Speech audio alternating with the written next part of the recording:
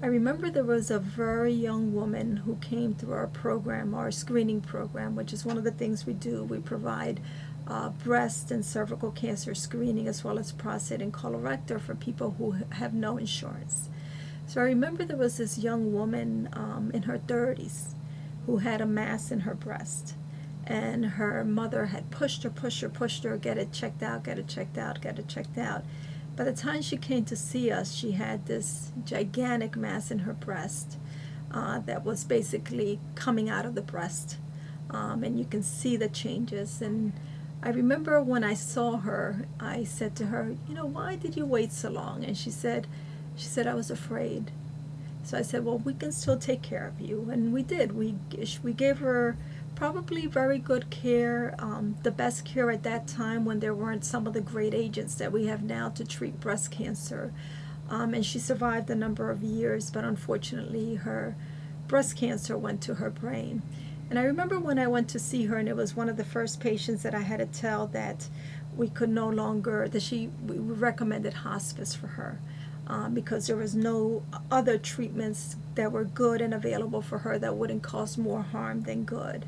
And I remember her turning around and saying to us, so you're sending me home to die. And that was so hard because here you are, you know, you get into the medical field because you want to provide the best care possible. And you realize that sometimes you can't provide, you know, the best, that you've given the best and it's still not good enough. So she was very touching to me. And then I guess the other patient that was also extremely touching to me was also another woman that was younger. She was older than me, but still a young woman when she was diagnosed with her breast cancer. And again, at the time when we didn't have the best chemotherapies that we have now, or the great chemotherapies that we have now, and the great biologic therapies that we have now. So we gave her the best treatment possible, and her cancer also went to her brain.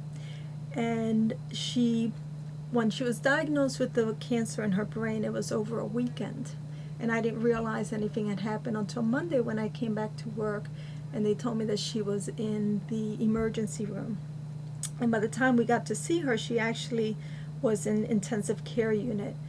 And I remember I came up to see her and she loved me very much. She always would come to the office bringing gifts, and I would say, don't bring gifts, you can just come and say hi. And she's like, no, I want to do this. So I went up and saw her and she opened her eyes and she said, my angel. And then she couldn't talk anymore after that. And I remember thinking, my goodness, you know, some of the care that you provide to these patients and how they think about you.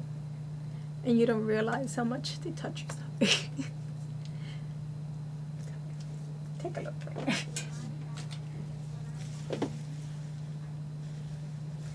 So you don't realize sometimes how